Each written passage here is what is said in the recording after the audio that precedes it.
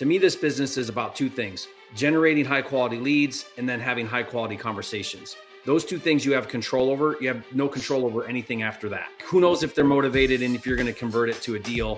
What you do have control over is how often you give sellers that opportunity. And if you're not having 5 to 10 quality conversations a day, you're not going to consistently do deals every month. And that's what this is, guys. That's what PropertyLeads is. That's what a PPL platform does, is it shortcuts you right to the front of the line. It gets you having quality conversations faster than you could on your own.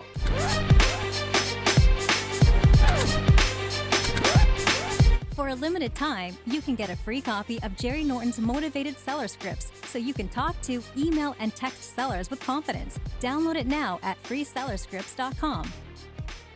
Guys, welcome to this video. I have a special guest with me, James with PropertyLeads, and I'm really excited for this interview. And hopefully you clicked on this video to watch this because you've got a little bit of a marketing budget, or maybe a big marketing budget, or you're even thinking about, well, what do I need to do when I get a marketing budget? Is having a marketing budget a good idea at the phase I'm in right now in my business? James is going to help us understand that a little bit more. He's going to talk some about his platform called PropertyLeads, one of the top PPL providers in the industry.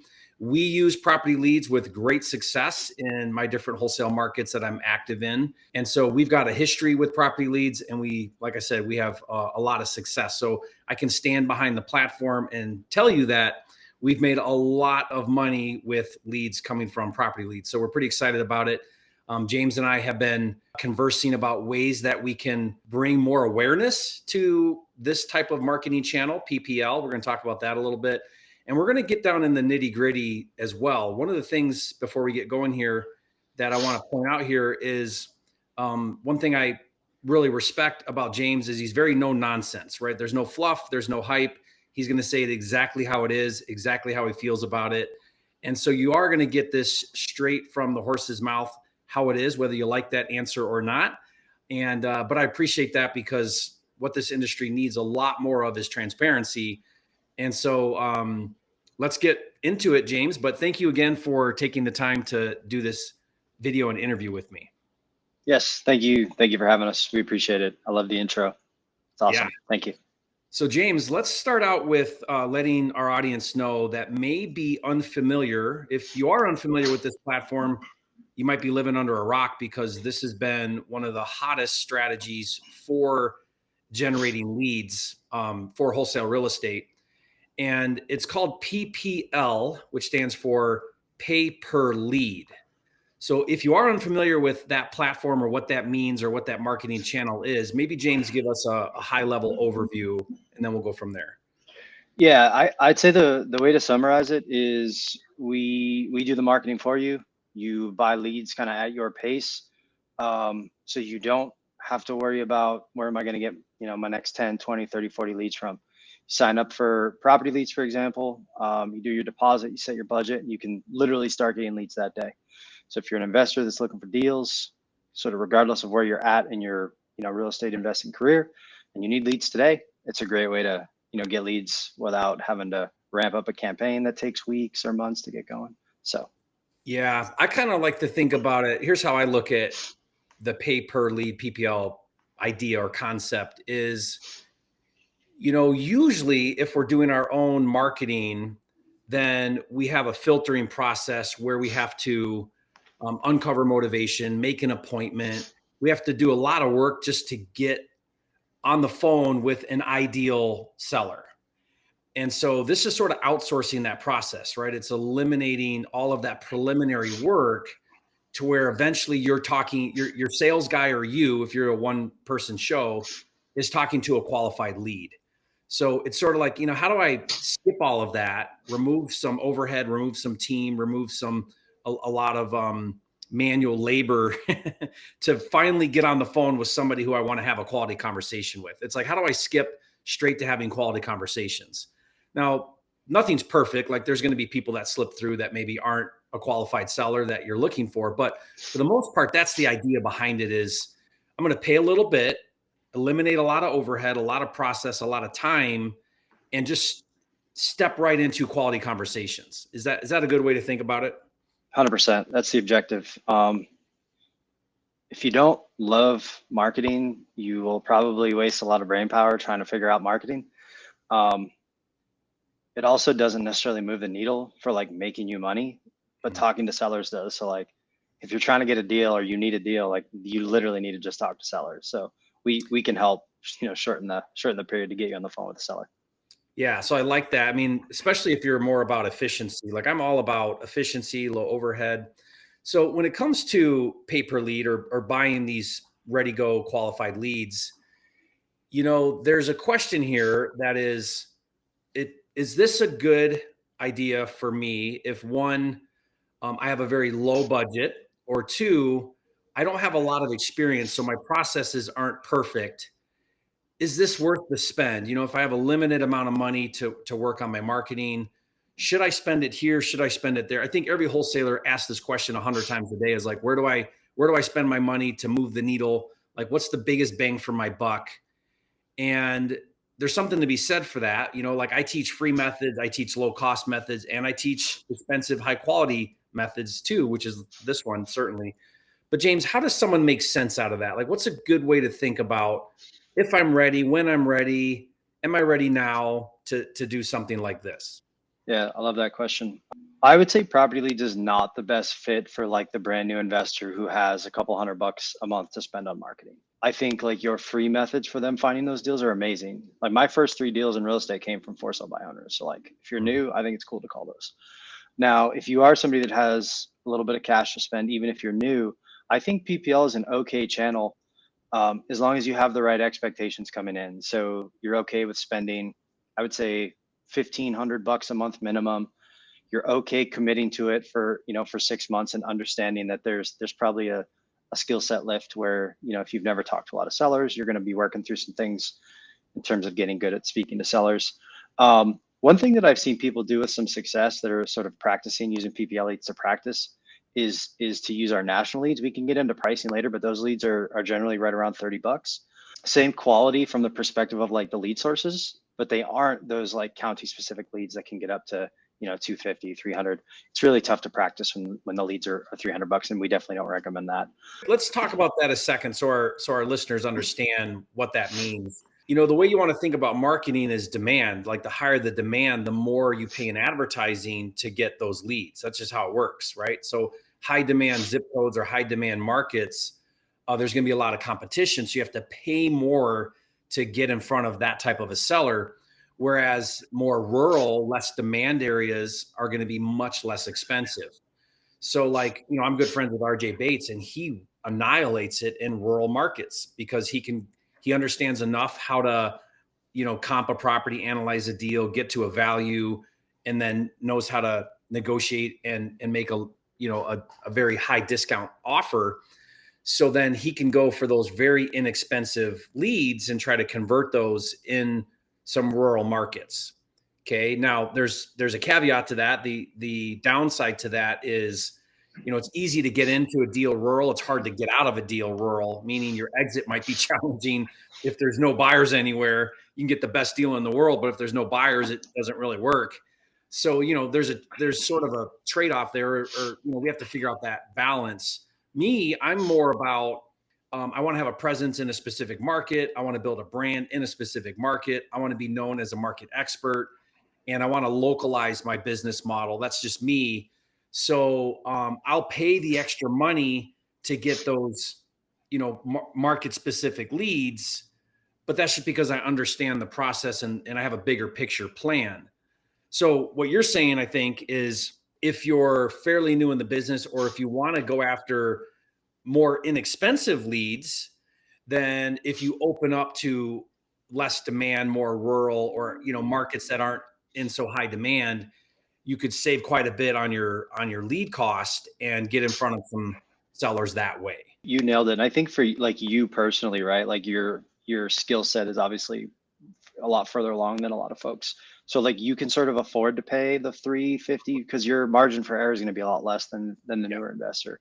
And that's usually, we do like a lot of Suedo coaching. We end up becoming like Suedo real estate coaches along the way, which we're totally fine with. And that's sort of the path that we try to, kind of bring people along. Like, hey, like if you have a skill set deficiency, it's okay. Like you're just practicing, you're only going to get better. And as you get better and your KPIs get better and you become better at closing and you add different exit strategies, you can actually afford to bump up your bid prices in those specific counties because now you're just better than you were, 2 years ago or whatever the time frame is. Yeah. And I like what you said a little bit ago, and I want to focus on this a minute. You said property leads, and this may be kind of a general statement for all PPL marketing, but you said, you want to come in with about a $1,500 a month budget and you want a 6-month runway would be a good entry level to decide, hey, should I start doing this? As far as budget and time, I think that's pretty smart. Maybe you mentioned to me earlier off the camera that maybe $1,000, but around that $1,500 minimum spend a month, and you want to give it a good 6 months runway, because if you do it 1 month and you don't have the success you're looking for, you didn't do enough of a sample to really give it a go, right? And that applies with a lot of marketing, not just PPL. So if someone's sitting here thinking, okay, can I do a $1,500 a month budget for 6 months? I think that's one qualification or one criteria to look at. But how does that also coincide with experience level? Meaning, what if I've got that budget, but I haven't done my first deal? Does that still make sense? The leads are good. So I think you're going to get the best shot to get a deal with our leads. I genuinely, truly believe that. If you can buy leads from anybody, you're going to have the best shot with us. So even if you're brand new, I still think it is worth it. As long as you're committed to learning the skill set over that 6 months and understanding that there's going to be some growing pains. And the one thing that we really like to do is we want to be involved along the way. We have an amazing customer success manager, Jay. He's always willing to jump on a call with the folks to do an account review if they're struggling. We can talk about sales process stuff, best practices. So that if you're getting leads and something feels off, just let us know so we can take a look. Sometimes it's us, sometimes it's not. And we're always happy to make it right if it's on our end. So. Yeah. So let's think about this. So $1,500 a month, 6 months runway, that's going to be a $9,000 marketing spend. Now it's going to depend on the cost per lead, but I'm just going to hypothetically say, let's say you're in a great market and you're paying what? Would 300 be an average, 350? Is that be the high side, or what would be a good cost per lead to budget? I would say you could probably use 150 as kind of a baseline.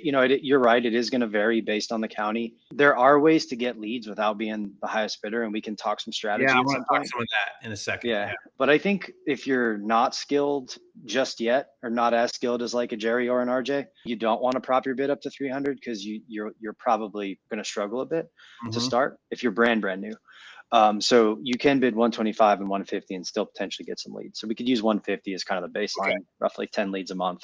Yeah. So you're talking, that's exactly it. You're talking 10 leads a month. The KPI that I use with PPL, with my partners in my markets, is the rolling target that we're looking for all the time is a 1 in 10 close ratio. And we tend to be pretty close to that. Sometimes we're 1 in 8, sometimes we're 1 in 15. But anywhere in that area, then I'm feeling like we're winning big. I'm feeling really happy about that result. There is some variables, right? So you can't put all of the weight on the lead provider, on property leads, or any marketing channel. There is a variable, and there's always a variable. And the variable, we can say it's the market. So there is market variability, meaning some markets, there may be way less competition. You'll be able to get really good deals. You may close a lot. Other markets might be more competitive, whatever. So there's the market variability. I mean, I think we all can agree that every market's going to be different. Timing's different too. So one market might be hot now and not so hot later, and so on. But the variable I want to talk about is you, the operator. How quickly do you get on the leads? How well is your sale process? How comfortable are you building trust? Are you able to make an offer at the right price that's going to convert into a profit?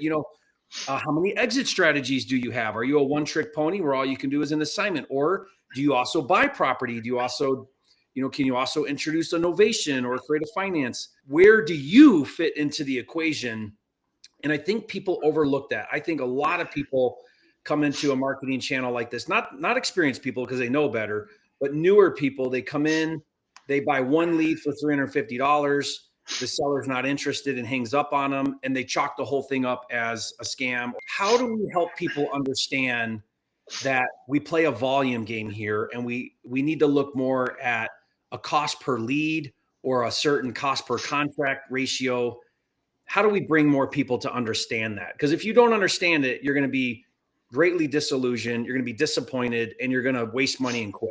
Yeah, and you're gonna do that with any marketing channel. I tried this, it didn't work. I tried that. I see it all the time. Like, we tried all these things, they haven't worked. So then we like to dig in on what their journey's been so far in real estate. Expectations are really important. We really do our best to set proper ones on the front end. What does that process look like after the lead comes in? How many times are you following up? Text messages and emails automated? Are you trying to remember all the text messages you're supposed to send with like Google reminders? Like, how are you actually being consistent with your follow-up? And then after that, like, what are you doing to continuously improve it? So, and just be really consistent with their follow-up so that they can evaluate it and then make changes as they go. Yeah, I really like that. What would you say best practice is if a lead comes in, how quickly do you need to call that lead? How often should you be following up? What are some ideas around that? I've actually personally tested this with our leads. I'm a big fan of at least 3 touch points a day: call, text, email. I also like to send an email whenever I text, because like, I think email's less intrusive than a text. Like, I'll send a text and then I'll send the same copy in an email. Generally, people are not answering because they just don't know the numbers. And then when they see the text and it's like, oh, James, the house buying guy, or Jerry, the guy that buys houses, now they want to talk. And it's usually like, hey, I'm at work, I'll call you at 4 when I get off. It's usually not because they don't want to talk to you. Like, they want an offer, like they want to sell their house. Yeah, one thing we started doing, I learned this from actually Jordan Budd, who is one of my partners. You know him real well. We just crush it with property leads. One thing he does is when he gets the lead, right before he's going to call the lead, he sends a text and just says, hey, this is Jordan. I'm going to give you a call here in a minute about your property for sale. And then what that does then is when the phone rings to the seller, the caller ID now already had a communication. So it doesn't say possible spam call. It says possible Jordan Budd. Maybe Jordan. Yeah. Maybe Jordan. It says maybe Yep. Jordan. Yeah. And then that alone has been like, it's just a small little thing, like you said, triple dial, call, they don't answer, call, they don't answer, call, they answer, cause they think what must be something urgent. These are some little tricks that can really move the needle if you're consistent with it. And then, like you said, you want to have a drip campaign. You want to have some consistent follow-up on the marketing. I tell people to think about it this way. If the seller's being proactive to sell their property, they may be filling out another form somewhere. They may be talking to a real estate agent. They may be on a list somewhere, so they're getting marketed another way. They may be getting a direct mail thing in the mail. You don't know what else is going on. How do you be rememberable? How do you stand out above everybody else? You talk about humor, like how do you differentiate from what everybody else is doing? I like to use humor. If you guys ever watch my live calls, I try to be funny.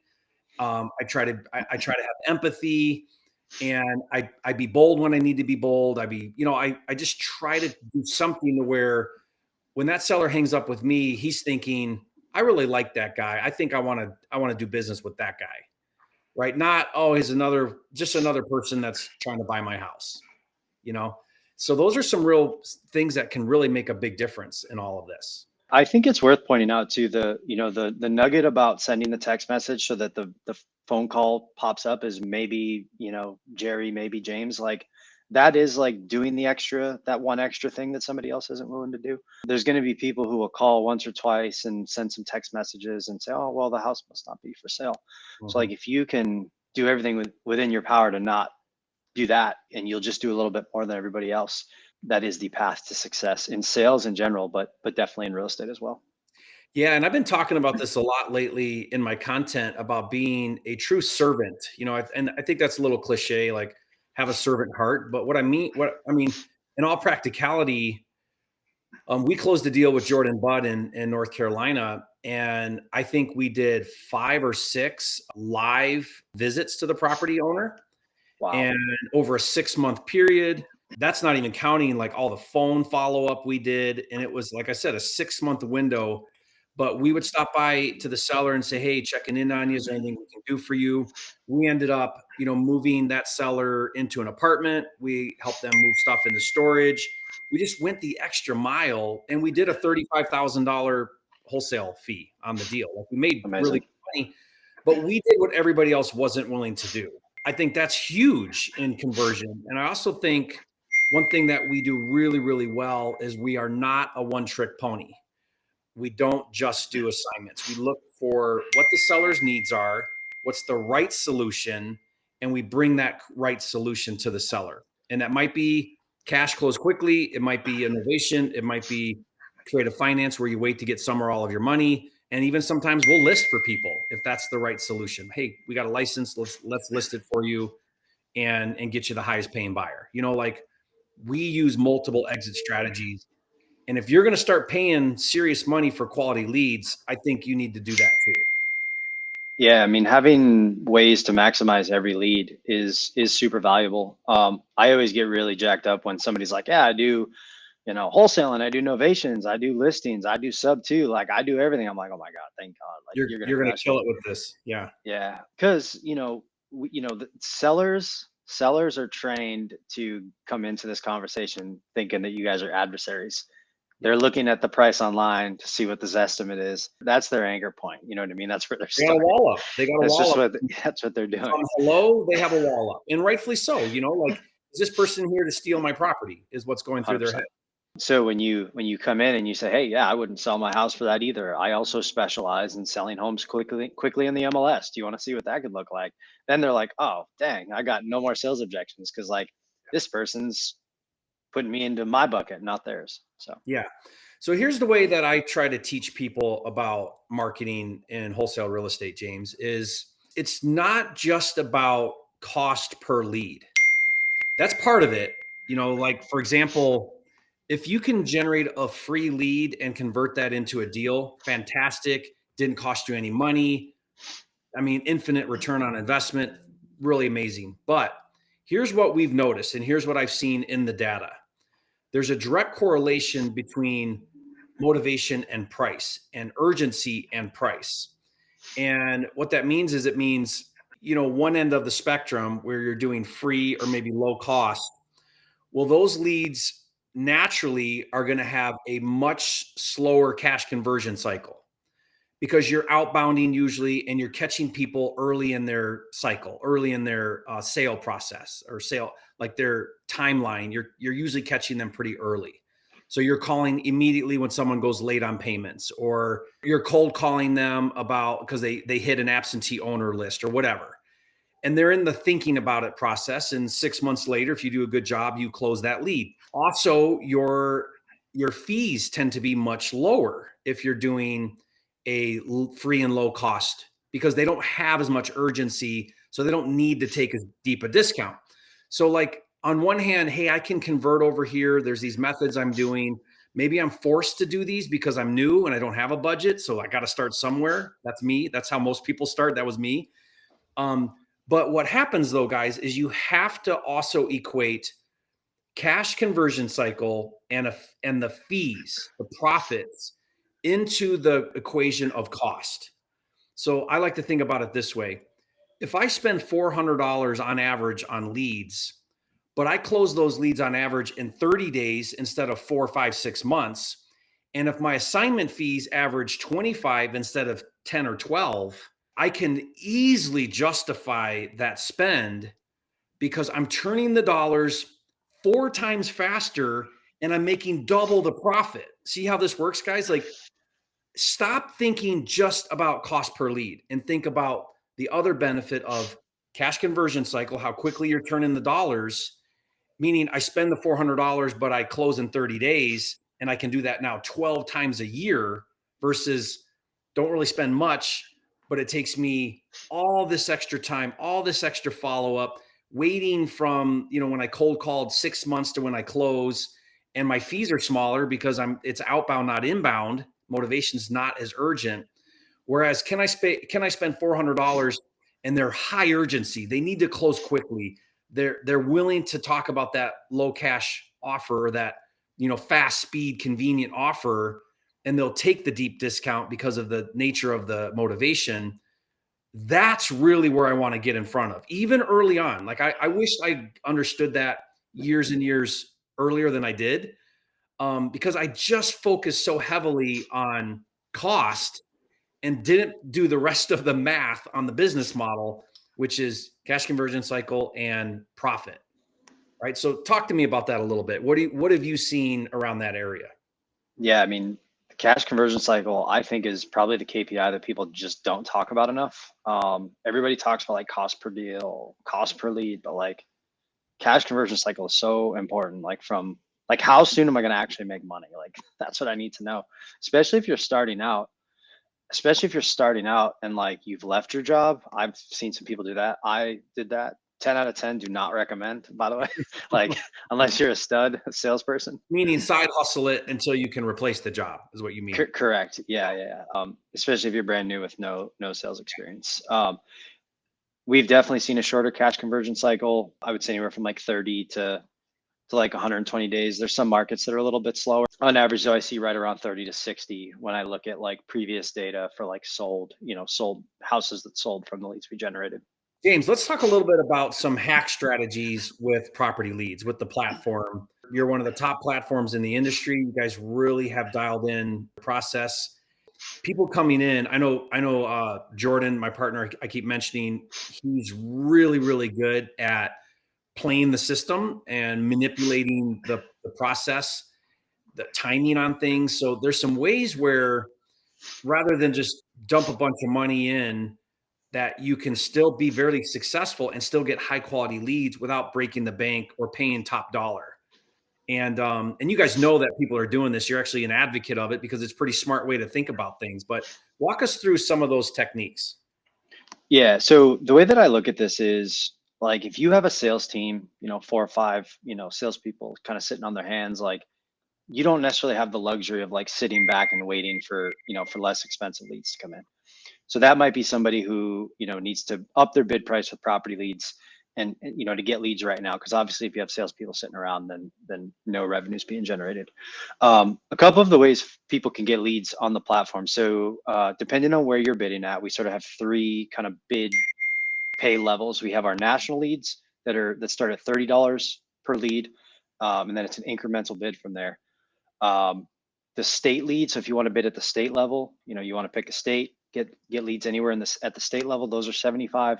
And then if you want to buy specific counties, those start at 125, and then they increase in increments of 25 from there. So like if you're newer and your skill set isn't to the point where like you can afford, the Jerry $300 lead because your team's, super dialed in, you will benefit. Well, both of us will benefit long-term from you paying less for leads right now. So one thing that some folks do that have full sales teams is they log off at 5 p.m. their time. They'll pause their account so that they don't have leads coming in overnight. The reason why I think about it, guys, if the sales team is committed to work 9 to 5 and then they go home and have lives, then you don't want to pay for a lead that comes in at 7 p.m. No one touches it till the morning at 9 a.m. when everyone logs back in. So they'll turn off their campaign so they don't get those leads during that time.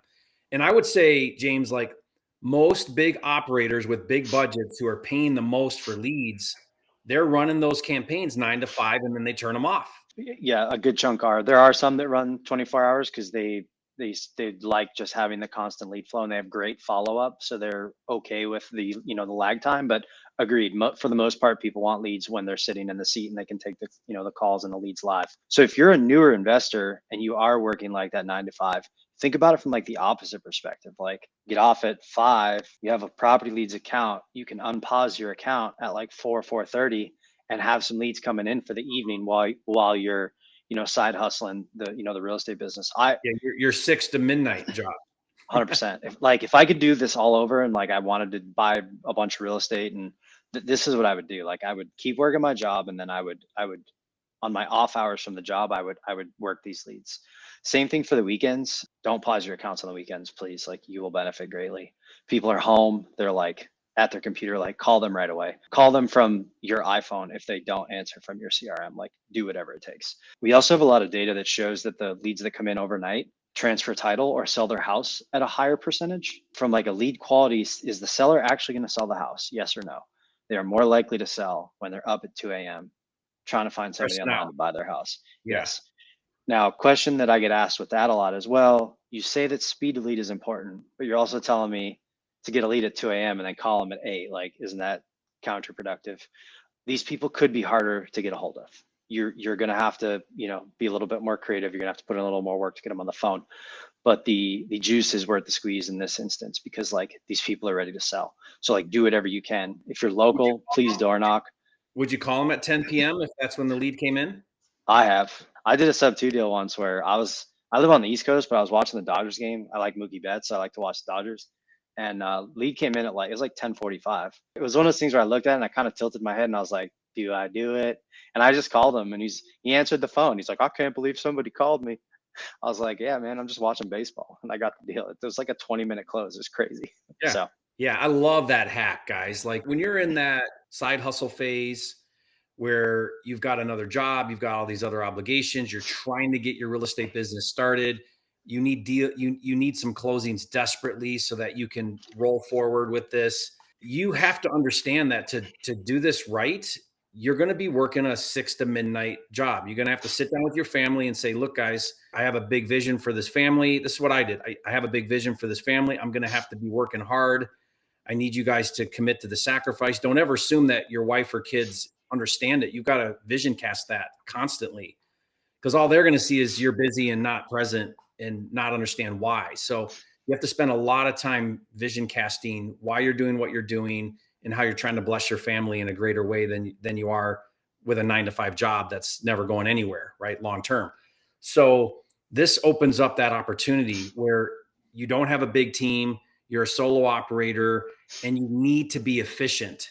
So imagine if you could just get done with that 9-to-5, start your 6 to midnight, and you could just be on the phone talking to motivated sellers and having quality conversations. To me, this business is about two things: generating high quality leads and then having high quality conversations. Those two things you have control over. You have no control over anything after that, right? Like who knows if they're motivated and if you're going to convert it to a deal. What you do have control over is how often you give sellers that opportunity. How often are you having quality conversations? And if you're not having 5 to 10 quality conversations a day, one way or another, you're not going to consistently do deals every month. It's just, there's not enough volume of opportunity happening. So how do you get those leads and how do you have those quality conversations? You figure that out. This is a 6-figure to 7-figure business. You figure that out.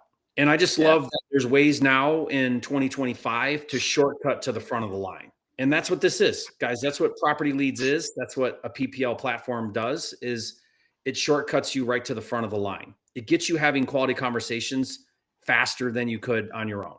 Limits the risk too. There's a lot of risk that goes into marketing when you're trying to run paid ads or whatever the thing is you're trying to do. We take on all that risk, which is nice because now you can just focus on doing deals. Yeah. So I guess I'm thinking out loud here, James, but I've moved more to a backyard go on appointment model in my real estate business. I was virtual close on the phone for years and years, still do that some, but my primary objective is to, like I mentioned a little bit ago, is to build a market presence and go on appointment.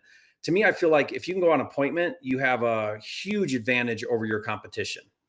And so what we do with the PPL leads is that lead comes in and we're on the phone, but our objective is not to close, but to set an appointment and set that appointment as quickly as possible. We're even like in the car on the way, even if they're not answering, we're going to knock the door and we're going to try to get right in front of that seller and have that face-to-face, eyeball-to-eyeball conversation, because we just close so much more when we can be there in person, is what we're finding.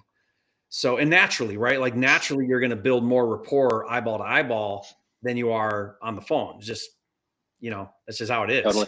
Humans connect with humans, and there's nonverbal communication that can happen. You're seeing the property in person. You're not going to over contract as much. There's so much benefit to it.